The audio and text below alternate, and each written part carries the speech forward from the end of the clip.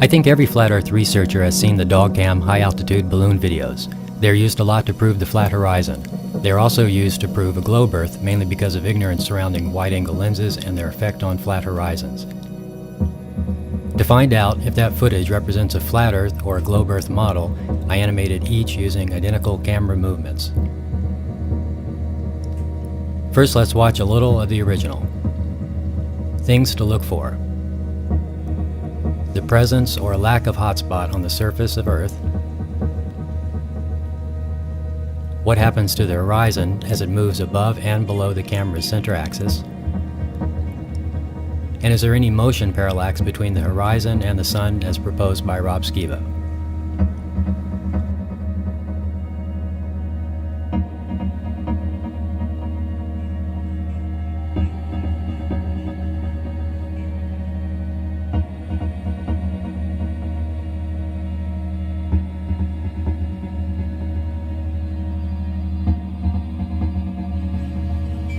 This hotspot on the surface of the clouds looks like a local phenomena, yet that would be impossible on the globe Earth or the flat Earth model at this latitude. This video was taken above the Tropic of Cancer. The only explanation I can see is that the atmos plane itself is acting as a type of projector for a sun that is much higher, 3,000 or 4,000 miles up. And we are just seeing the image of the sun as it appears in the atmos plane, 100 or 200 mile thick substance of water and gas vapor.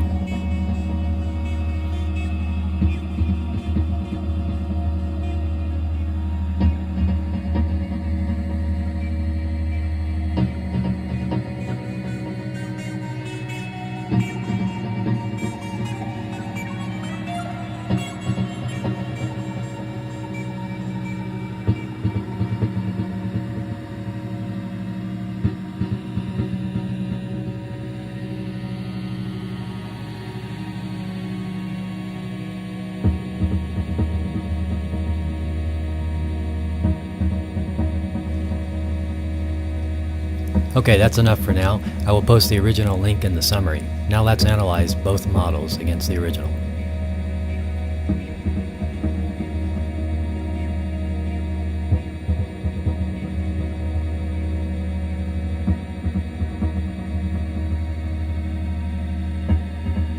Yeah, if you've seen the standard model right now, it shows the sun the spiral, shooting through the universe and spiraling, and and everything else spiraling around it as it's going out there.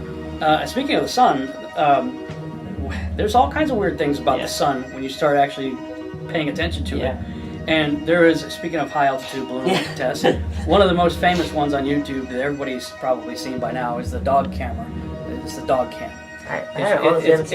It shows the wing of a support structure that has a camera and there's a little banner on it. It says dog cam, and it's probably using some sort of wide angle fisheye lens, but the horizon is pretty close to right across the center, so you're not really getting the distortion. And it's wobbling around a bit, but in several shots it shows the sun, and right below the sun on the Earth is a hot spot, like below the sun. Well, the sun's 93 million miles away, and it's so much bigger than Earth, putting one big parallel lines of light toward us. How are you going to get a hot spot directly below it? And the other problem with that is it's shaking and it's moving. The camera, the picture is. So you get rolling shutter. There is zero motion parallax. Now, if you've ever noticed, if you've ever driven down a road like out in like in Lubbock, Texas, there's this area where there's lots of windmills. And nothing else. It's flat as can be. Windmills as far as you can see. And if you're driving, 80 miles an hour, whatever, on the highway, you notice that the windmills are beside you, or the closest to you, they're whipping by. Really fast. But the ones further in the distance, the further out you go, they're hardly moving.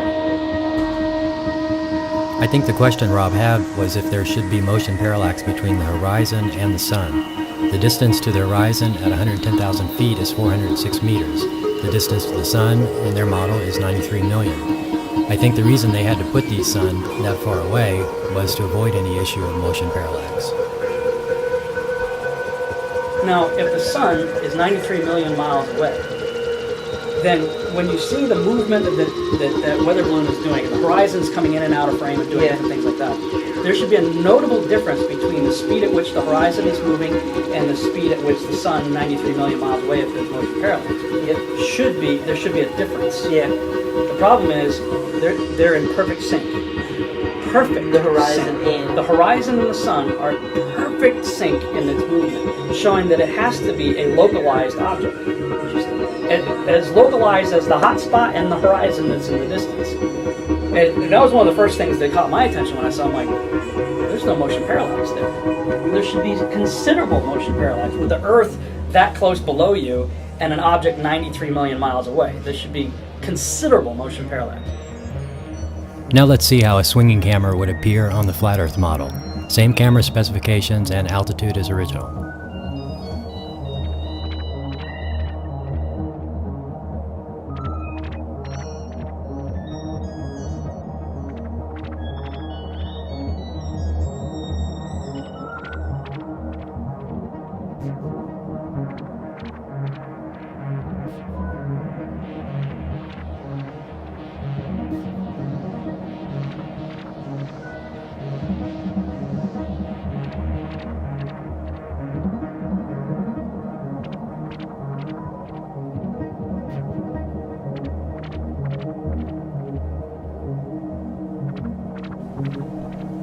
It doesn't look like there is any noticeable motion parallax between the flat Earth horizon and the local sun.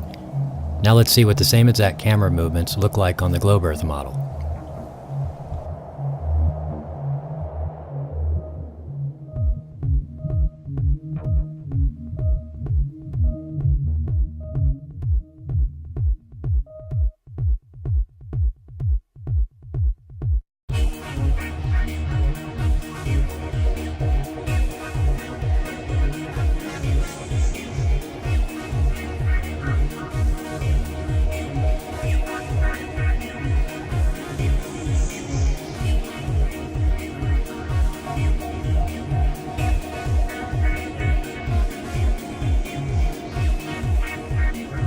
The sun does appear to move higher in relation to the horizon as it moves up to the top of the frame, but I think that is just due to the curvature of the lens where distortion will be the greatest. Now let's see all three together.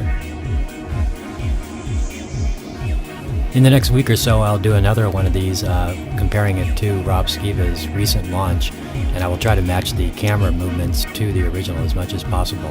In this case, they are similar between the globe and flat, but the original is difficult to match as it has many cuts and edits.